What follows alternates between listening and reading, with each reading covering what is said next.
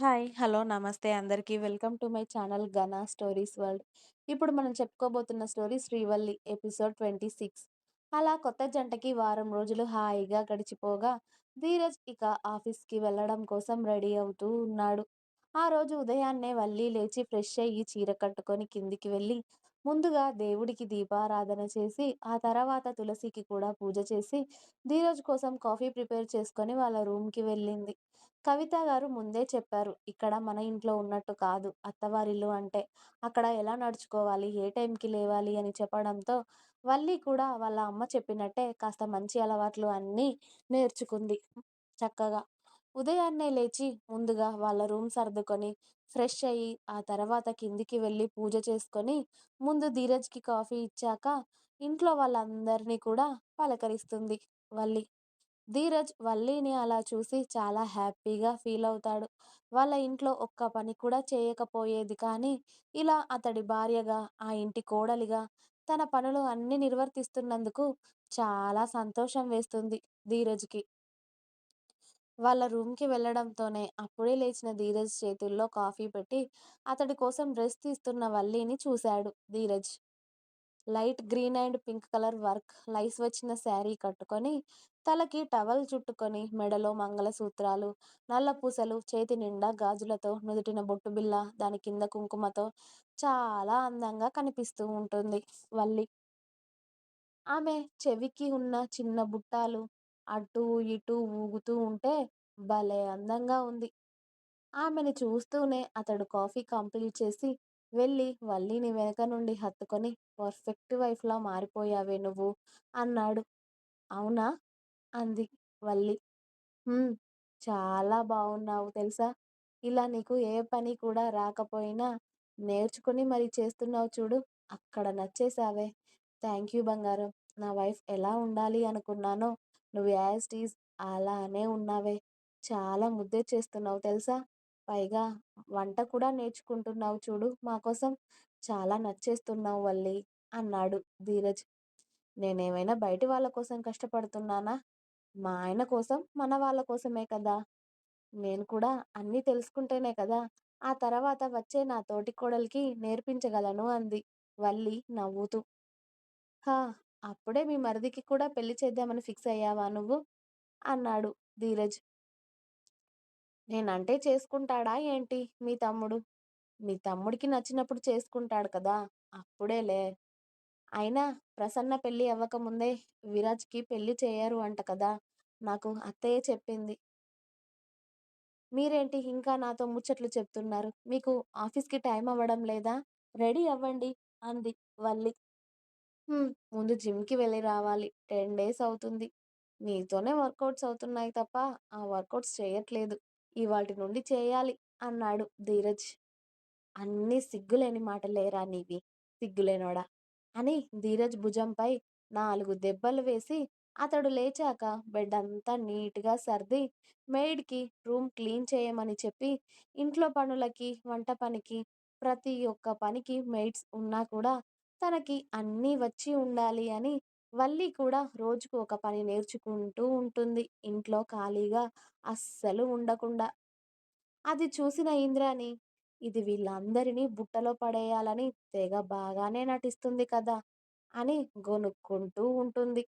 ఈ బామ్మ మనవరాలను ఎంత ప్రేమగా పలకరించినా కూడా వల్లిని సరిగ్గా పట్టించుకోరు. వాళ్ళు ఎందుకలా ఉన్నారు అని వల్లి ధీరజ్‌ని అడిగితే, "వాళ్ళు తేడా క్యాండిడేట్స్‌లే. వాళ్ళు ఏమన్నా పట్టించుకోకు. వాళ్ళకి కాస్త దూరంగా ఉండు" అని చెప్తాడు ధీరజ్. అలాగే ప్రసన్న, విరాజ్ కూడా వాళ్ళకి చాలా దూరంగా ఉండాలి వదినా. వాళ్ళ కన్ను నీ మీద పడడం అస్సలు మాకు ఇష్టం లేదు. నువ్వు వాళ్ళకి ఎంత దూరంగా ఉంటే అంత మంచిది నీకే అని చెప్పడంతో, అప్పటి నుండి వల్లి కూడా కాస్త డిస్టెన్స్ మెయింటైన్ చేస్తుంది వాళ్ళకి. ఇక మన్విత పాప కాలేజ్‌లో జాయిన్ అయ్యి డైలీ కాలేజ్‌కి వెళ్తూ ఇంట్లో ఉంటే ధీరజ్ బాబు కనిపిస్తే చాలు అతడికి సైట్ కొట్టుకుంటూ చేరుతుంది. అప్పటికే ఆ కటౌట్ కాస్త తేడా అనిపించింది వల్లికి. కానీ నాకెందుకులే, తనకి దూరంగా ఉంటే బెటర్ అని అనుకుంది. ఆ రోజు ఇక ధీరజ్ ఆఫీస్‌కి రెడీ అయ్యాక వల్లి, ధీరజ్ ఇద్దరూ కలిసి కిందికి వెళ్లారు. అప్పుడే ప్రసన్న కాలేజ్‌కి, విరాజ్ అతడి ఆఫీస్‌కి అనిల్ గారు నర్సరీకి వెళ్ళడం కోసం రెడీ అయ్యి డైనింగ్ టేబుల్ దగ్గర కూర్చున్నారు. ఇంద్రాని, మన్విత కూడా. సుభద్ర గారు భర్తకి, తల్లికి, కోడలికి వడ్డిస్తే వల్లి ధీరజ్‌కి, విరాజ్‌కి, ప్రసన్నకి వడ్డిస్తుంది. "నువ్వు కూడా తిను" అని ధీరజ్ కళ్ళతోనే సైగ చేస్తే, "పర్లేదండి. నేను అత్తయ్యతో తింటాను. మీరు తినండి" అని వాళ్ళ టిఫిన్ కంప్లీట్ అయ్యాక అందరికీ జ్యూస్ తీసుకొచ్చేస్తుంది. ఇక ధీరజ్ వాళ్ళ అమ్మకి చెప్పి, "బాయ్ బంగారం. జాగ్రత్త. ఇంట్లో బోర్ కొడితే ఆఫీస్‌కి వచ్చేవే" అన్నాడు. "హా! ఎందుకురా? నేను ఆఫీస్‌కి వస్తే నీ వేషాలు ఆఫీస్‌లో కూడా వేద్దామనా? ఏ వర్క్ చేయాలి అనిపించట్లేదా నీకు?" అని అంది వల్లి. "నువ్వు వస్తే నా వర్క్ ఎందుకు డిస్టర్బెన్స్ అవుతుందే? వర్క్ వర్క్‌నే, నీతో పని నీతోనే. దేనికదే ఉంటుందే" అన్నాడు ధీరజ్. "హ్మ్. అలా అయితే ఆఫ్టర్‌నూన్ లంచ్ తీసుకువస్తాలే." "సార్ రానా మరి అప్పుడు?" అని అడిగింది వల్లి. "హా! రావే. కానీ జాగ్రత్త. నువ్వు డ్రైవ్ చేయకు. డ్రైవర్‌ని తీసుకొనిరా" అన్నాడు ధీరజ్ నవ్వుతూ. "అంటే ఏంట్రా? నాకు డ్రైవింగ్ రాదు అనా నీ ఫీలింగ్?" అంది వల్లి. "అరె! నేనంటే కొట్టి ఊరుకున్నానే నా కార్‌కి డాష్ ఇస్తే. అందరూ అలా ఊరుకోరు కదా!" అన్నాడు ధీరజ్. "సిగ్గులేనోడా! ఆ కార్ డాష్ ఇస్తేనే నీ వెంట పడి పెళ్లి చేసుకున్నానురా నేను. లేకపోతే అసలు నువ్వెవ్వరో కూడా నాకు తెలియకపోయి ఉండేది తెలుసా? నీ డేరింగ్ నచ్చే నిన్ను ప్రేమించి మరీ పెళ్లి చేసుకున్నాను నేను" అంది వల్లి. "నువ్వు ఎన్ని చెప్పినా నువ్వు డ్రైవింగ్ చేస్తూ అయితే రాకు. డ్రైవర్‌తో రా. అలా అయితేనే ఓకే" అంటూ ధీరజ్ వల్లిని హగ్ చేసుకొని ఆమె నుదుటున ప్రేమగా ముద్దు పెట్టి, "బాయ్ టిఫిన్ తిను. అలాగే ఉండకు" అని చెప్పి ఆఫీస్‌కి వెళ్ళిపోయాడు.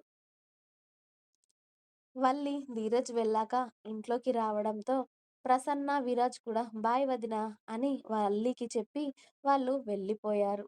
మన్విత కూడా డ్రైవర్‌తో పాటు కాలేజ్‌కి వెళ్ళాక ఇంద్రాణి, సుభద్ర, వల్లినే మిగులుతారు ఇక ఇంట్లో. "అత్తయ్య, మధ్యాహ్నం భోజనం ఆయనకి నేనే తీసుకెళ్తాను" అని చెప్పింది వల్లి సంతోషంగా టిఫిన్‌కి కూర్చుంటూ. "ఏ మొగుడుని వదిలి ఒక్కరోజు కూడా ఉండలేవా పిల్లా? వాడు ఇలా వెళ్ళాడో లేదో మళ్ళీ నువ్వు వెంబడి వెళ్తాను అంటున్నావు" అంది ఇంద్రాణి పుల్లవిరుపుగా. ఆ మాటకి వల్లికి కాస్త కోపం వస్తే, "వాళ్ళు పెళ్ళాం, మొగుడు వాళ్ళ ఇష్టం ఉన్నట్టు ఉంటారమ్మా. మధ్యలో మనమెందుకనాలి? అలా తనకి వెళ్ళాలి అనిపిస్తే వెళ్ళనివ్వు. అంతేగాని నువ్వెందుకు మధ్యలో మాట్లాడుతున్నావు" అన్నారు ఆవిడ చాలా కోపంగా. ఇలాంటోళ్ళనే ఇప్పుడు అతికి ఉన్నవాళ్ళు ఆ తర్వాత "నువ్వు వద్దు, నీ కుటుంబం వద్దు" అని వెళ్ళిపోయే వాళ్ళని ఎంతమందిని చూడలేదు నేను నా జీవితంలో. కొత్తలో ఇలానే ఉంటుందిలే. నువ్వు కూడా ఎన్ని రోజులు నీ కోడల్ని వెనకేసుకొస్తావో నేను చూస్తానులే అని ఆవిడ ఆరాంస్‌గా వెళ్ళి సోఫాలో కూర్చొని టీవీ చూస్తూ ఉంది. "వల్లి, నువ్వు మా అమ్మ మాటలు పట్టించుకోకు తల్లి. కాస్త పెద్ద వయసు కదా! చాదస్తం ఎక్కువ. అలానే ఏదో ఒకటి వాగుతూ ఉంటుంది. నువ్వు తన మాటలు పట్టించుకొని ఫీలవ్వకు తల్లి" అన్నారు సుభద్ర గారు కోడలితో. "అయ్యో! పర్లేదత్తయ్య. నేనేమీ అనుకోలేదు" అంది వల్లి. కానీ తన మనసులో మాత్రం ఈ ముసల్దానికి నా చేతిలో ఎప్పుడో తన్నులు తినాలని బానే ఉన్నట్టుంది. నా మొగుడి వెంట నేను పోకపోతే ఇది పోతుందా? దీని బామ్మ. ఇది నాకు ఏదో ఒకరోజు చిక్కాలి. దీన్ని పీక పిసికి చంపేయకపోతే నేనెందుకు శ్రీవల్లిని అవుతాను? అని ఇంద్రాణిని మనసులో బండబూతులు తిట్టుకొని వాళ్ళ అత్తయ్య పెట్టిన టిఫిన్ చక్కగా తింటూ ఉంటుంది వల్లి. ఈ పిల్లకు ఎన్నన్నా కూడా కాస్త కూడా రోషం రావడం లేదు చూడు. దీనికి ఇంకాస్త డోస్ పెంచాలి దీన్ని తిడుతూ.